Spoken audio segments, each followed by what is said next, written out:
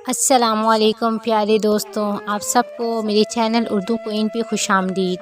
اگر آپ میرے چینل پر نیو ہیں تو میرے چینل کو سبسکرائب کر کے بیل نوٹیفیکیشن آن کر دیں تاکہ آپ کو بر وقت نوٹیفیکیشن ملتی رہے۔ فرزانہ ابھی 5 ہی برس کی تھی کہ اس کی والدہ کا انتقال ہو گیا۔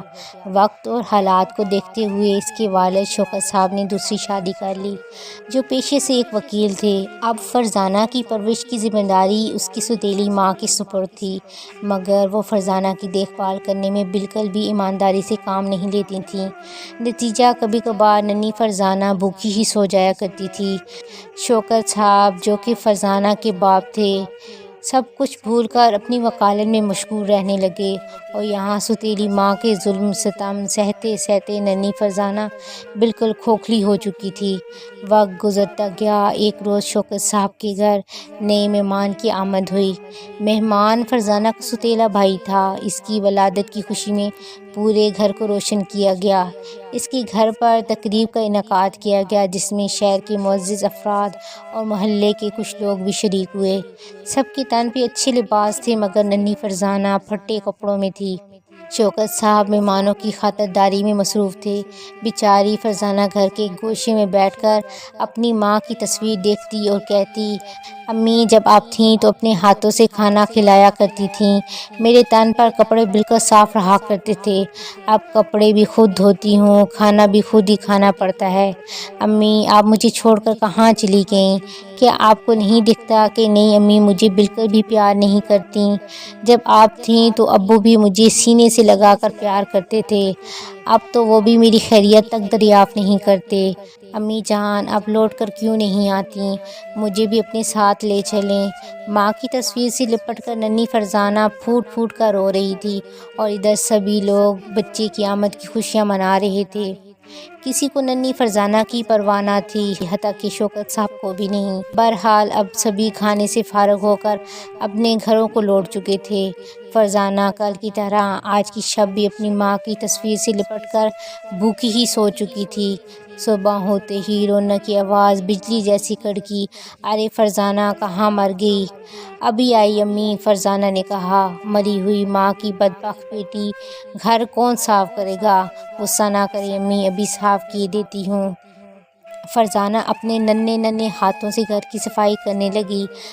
ابھی آدھے گھر کی صفائی نہیں ہوئی تھی کہ رونق پھر سے شور مچانے لگی، ایک گھر کی صفائی کرنے میں اتنا وقت لگاتی ہے، کم چور کہیں کی، ایک بھی کام ڈھنگ سے نہیں کرتی، چل جلدی کرو ورنہ تیری کھال ادھیڑ دوں گی۔ ابھی سارے برتن بھی صاف کرنے ہیں۔